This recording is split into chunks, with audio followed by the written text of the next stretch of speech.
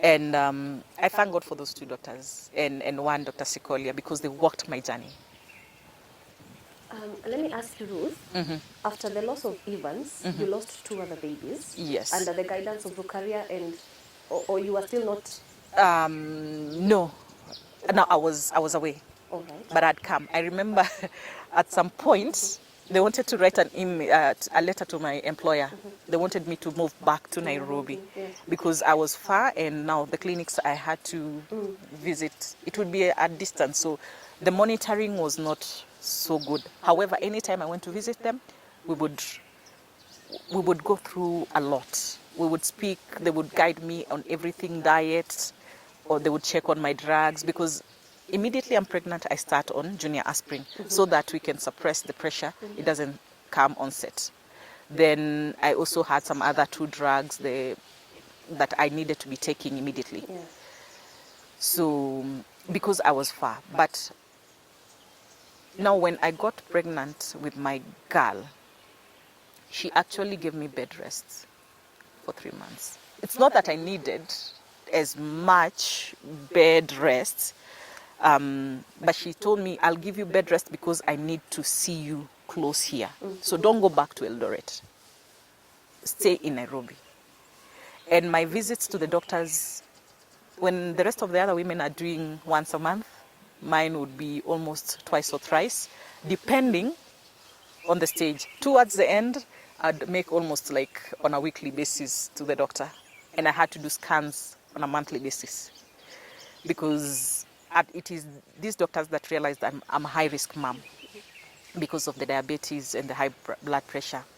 And if she had not given me the bed rest, I would not have gotten a transfer from Eldoret to Nairobi, back to my family. After 3 years, I left when my son was 5 years. I came back when he was 8.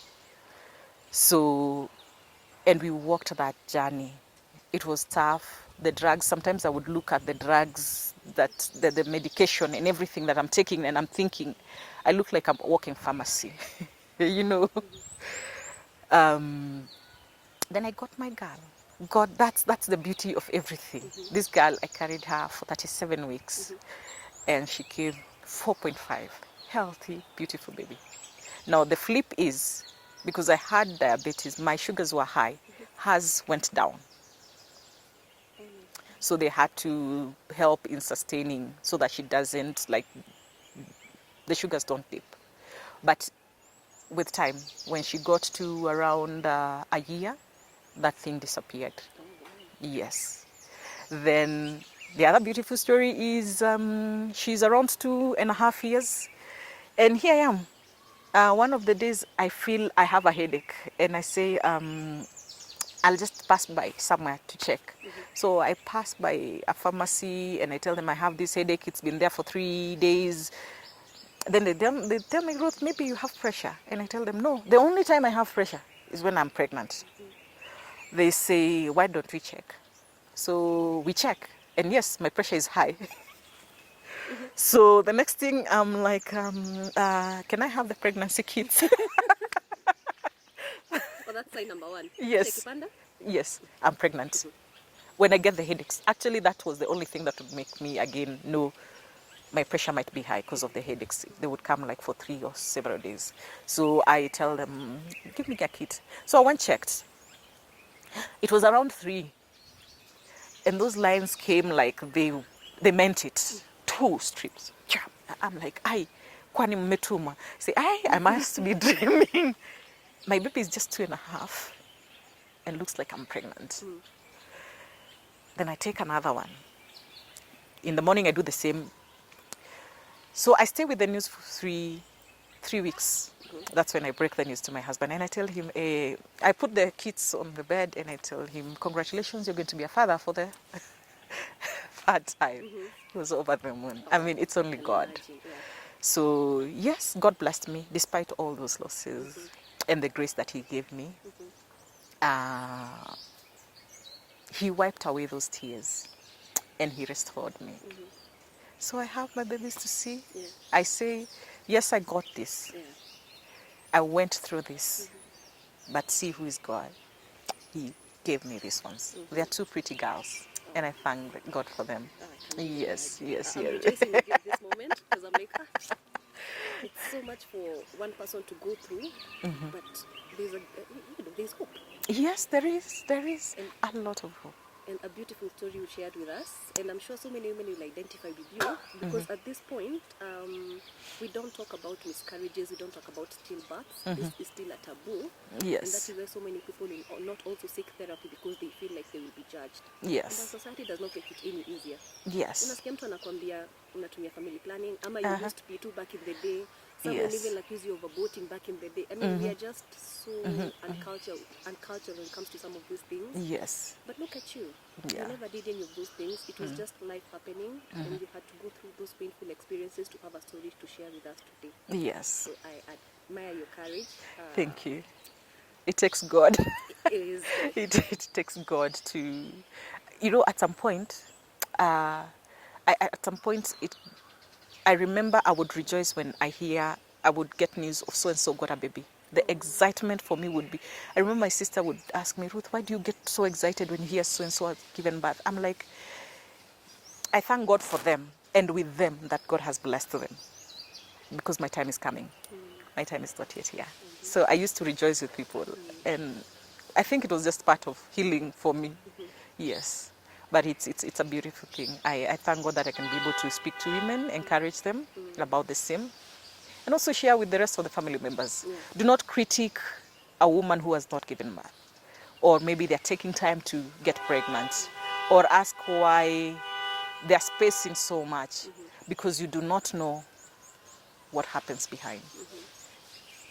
I think women carry a lot of baggage because they've been abused, they've been talked ill, they have there's the perception within the society that if you've had losses when you're married, you must have aborted when you were a girl. It's not about that. Yeah. It's not about that. I think we need to understand that losses can come because of illnesses. Losses can come because sometimes you can't even be able to explain why you lost a pregnancy, but you lost it. Yeah. But I say it's God who understands our bodies. So, yeah, we just need to embrace them and walk with them and encourage each and every woman. Yes. And cut down on the judgmental bit because, I mean, we could Exactly. all use some bit of compassion and empathy as we talk to people around because we don't know the story behind the scenes. So we cannot afford to be moral prefects at this point. Thank you so much for being here. Thank you so much for sharing your story. With us here today, we have our guest psychologist, John Paul. Thank you so much for coming. Thank you. You've had her story. Yes. You've had the story of loss. She had several miscarriages. She had a stillbirth. The kind of criticism she had to undergo, the kind of negative energy that was around that, the lack of support from co-workers who kept asking about, the child who was no more, and so many people just speculating as to why she was having the numerous losses. What's your take on that? First, I want to say that it's a very painful story, very traumatizing, and also the stigma that comes with it is quite painful. And I also want to encourage her and affirm her for coming out and speaking about it, because many people are going through painful experiences. They are going through difficult moments, but they keep to themselves. But here she is, despite the experience she has gone through, she's able to come out and speak and talk about everything that she's gone through. That means that despite the difficulties, there's still hope and you can pick up yourself and move on with your life. We are living in a society where people are quick to judge.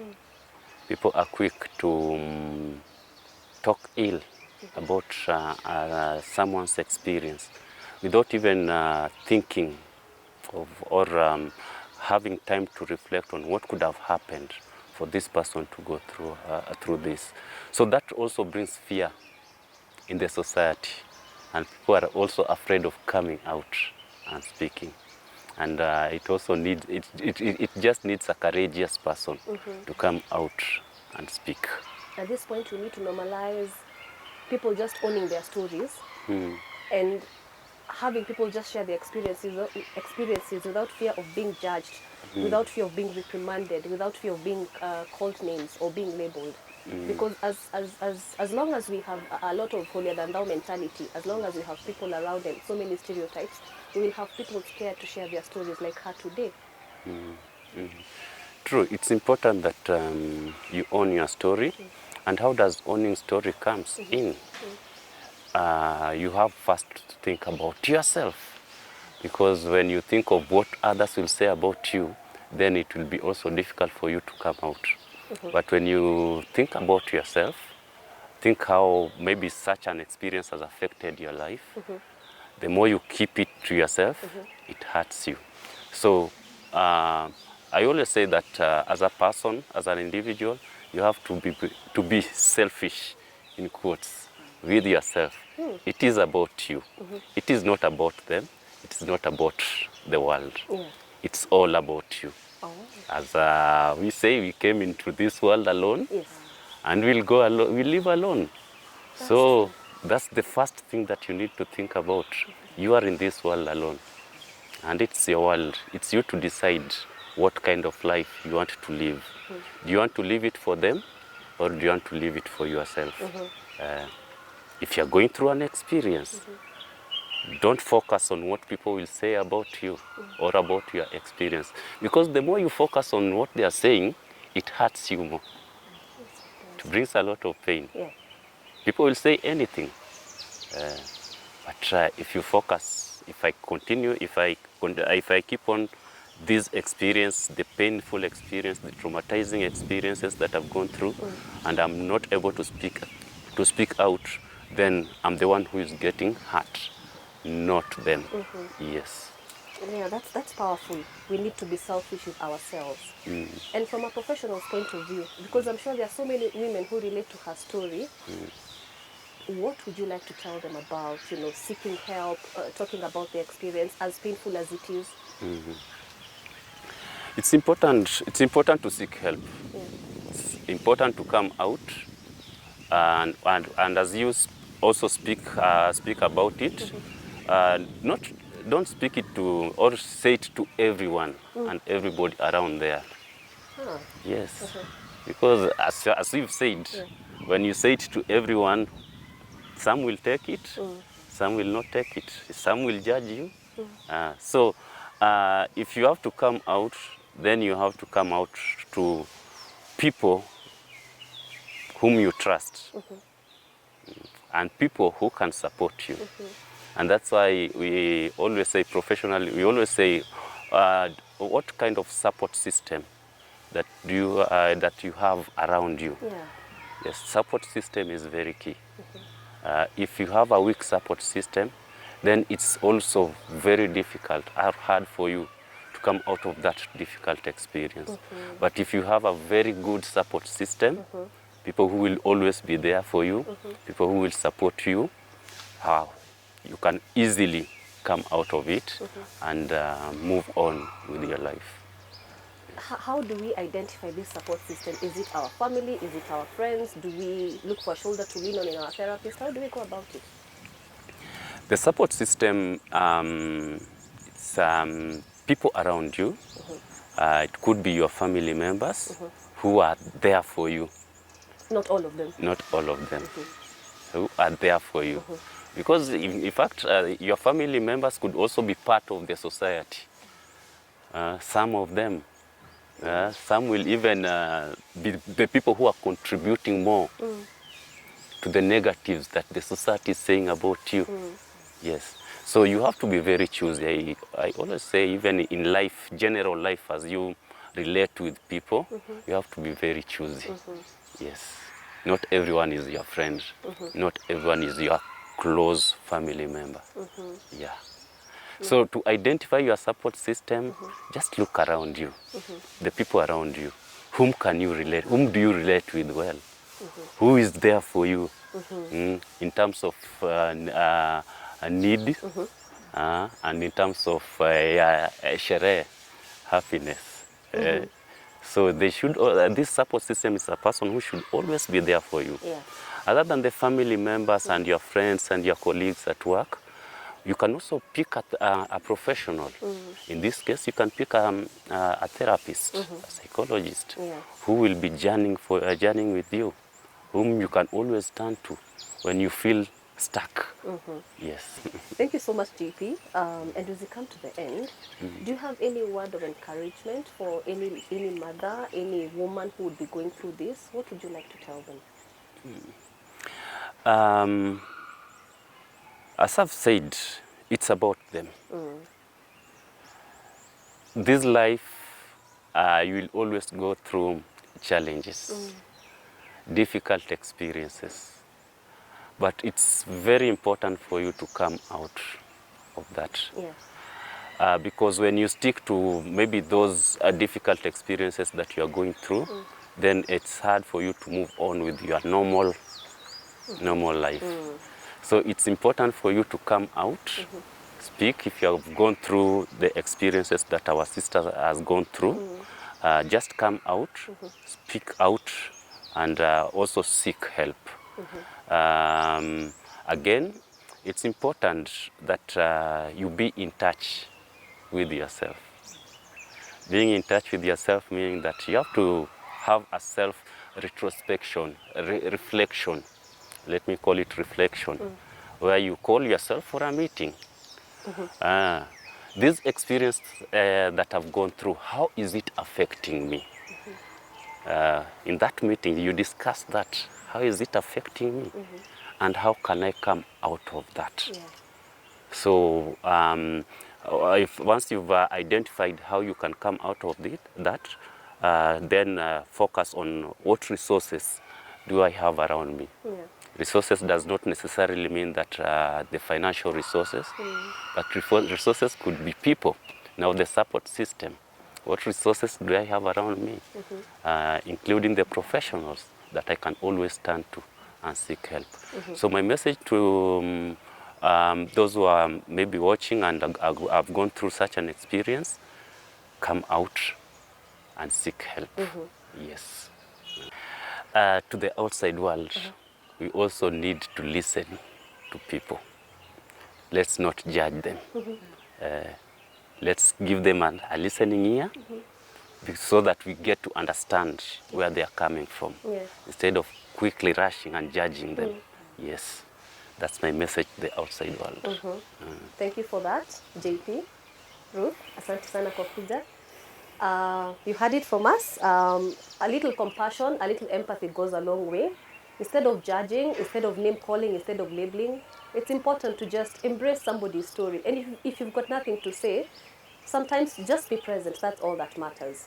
And here we are about creating an avenue where people can share their stories in a non-judgmental environment. And you know, healing is the new cool. Thank you so much for watching. Bye-bye.